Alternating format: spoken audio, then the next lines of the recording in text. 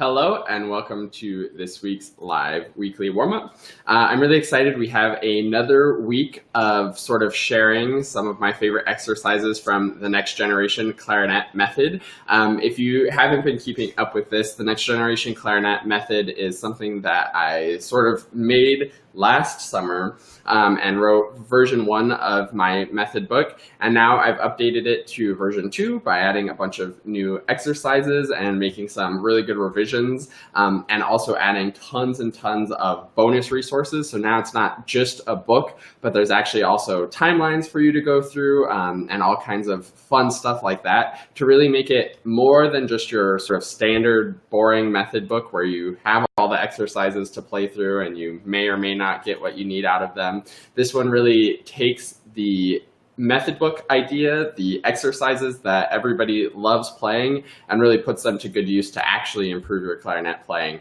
which I'm super excited about. So if you want more information about that and how to get it, you should be able to find it in the description on this video, or you can go to www.quickstartclarinet.com/nextgenbook to get that for yourself. But today we're going to go over one of the exercises in it to give you a little sneak peek of what kind of things are in it.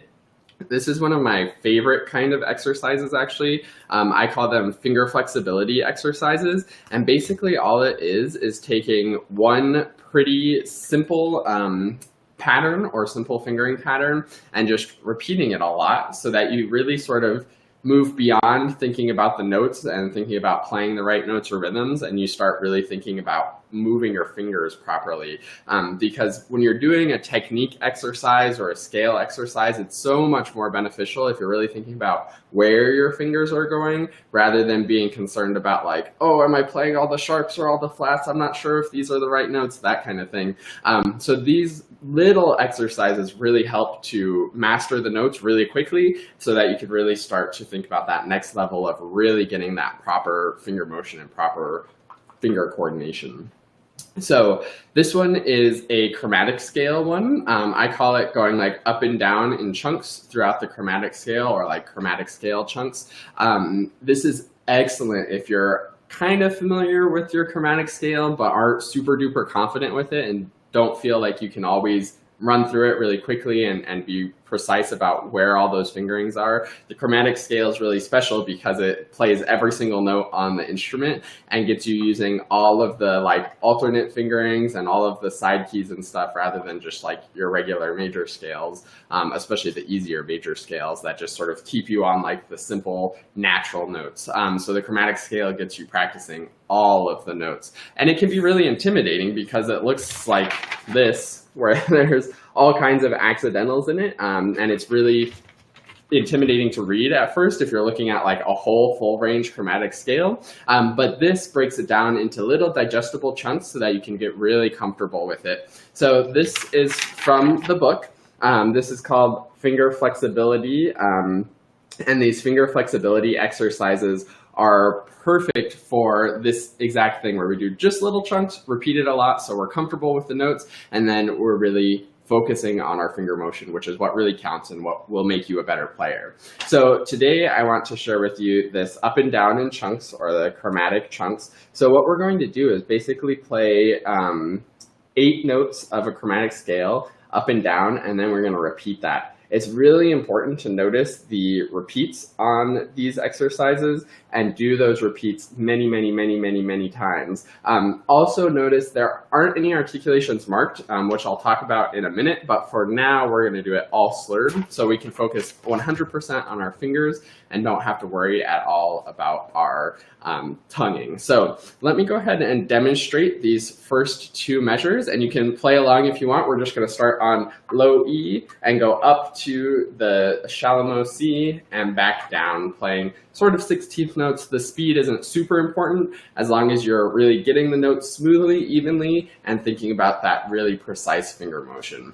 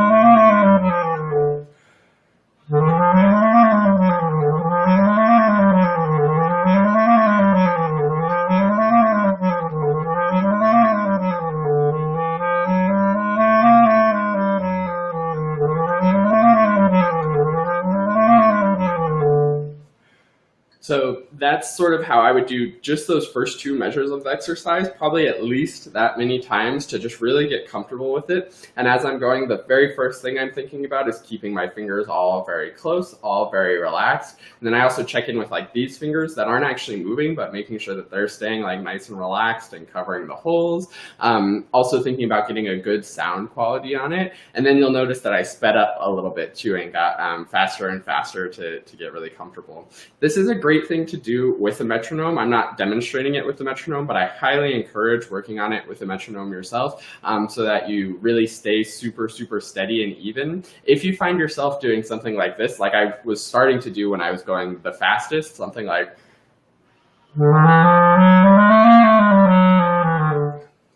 and you're sort of slowing down around one specific interval or one specific fingering pattern, then that's not going to be helpful to you because you're always going to be used to sort of taking your time there or making adjustments to play that specific fingering pattern, and you're not going to actually get it down and be able to do it consistently and steadily when you have to in your music. So metronome is the perfect thing to do with this. I really like doing the metronome on like a slower speed, maybe like 60 or so.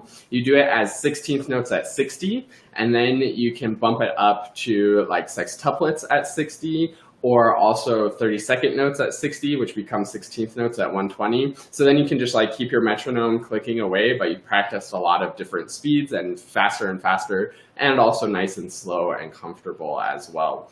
The other thing that you noticed when I was doing this is that I was going fast, but then I noticed something I didn't like, so I took it back down slow, made sure I was really in control. That's great advice for anything that you're ever practicing that's technical especially. Then the final thing that you can do with this, the reason why I don't mark in just all slurs for all of this, even though I strongly encourage doing it all slurred first, is because then you can add in your own articulation and have some fun with it. So you could do like slur 2, tongue 2.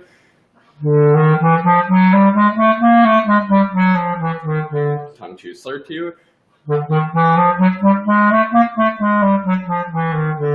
Tongue them all.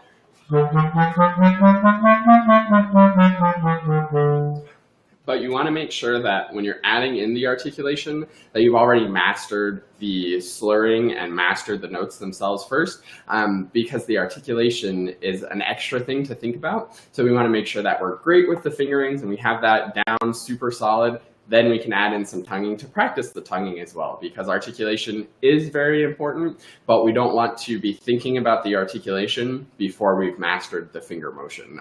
We always want to keep it sort of in that 3-step pattern of long tones, great sound, technique, great fingers, articulation, great tonguing.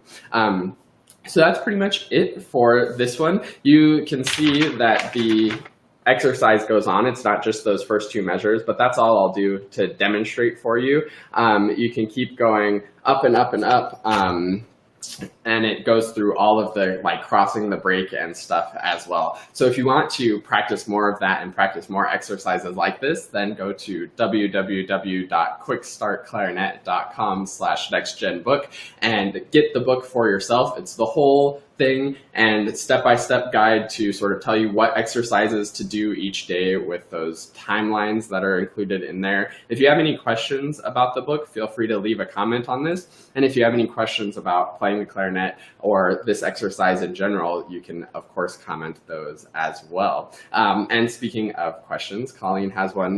Do you know about the Time Trainer app? You can increase the tempo gradually in any way for any amount of time. Wow, that sounds actually really cool. I'm definitely going to have to check that out. I haven't heard of it before, which is surprising because I'm really into all of the nerdy apps and stuff. So that sounds really cool, actually. It's the Time Trainer app. I'll have to check that out. It would be really nice to like have your metronome going and then say like 8 measures at this tempo and then like bump it up 2 for 8 measures and then up 2 for 8 measures. That sounds like what that's like. That sounds like a really cool practice tool, actually. It sort of gets you like sticking in the zone so you don't have to like stop and like press the metronome up every 2 seconds. Really cool. Thanks for sharing that, Colleen. and I'll definitely have to check that out. So thank you so much, everybody, for watching this. Check out the Next Generation Clarinet Method if you're interested in more exercises like this, and let me know if you have any other questions. I'm always so excited to help you all with your clarinet journey, and I wish you the best of luck working through this exercise this week, and I would love to hear how it helps you out. So I will see you next week on the next live weekly warm-up, and have a great week of happy practicing.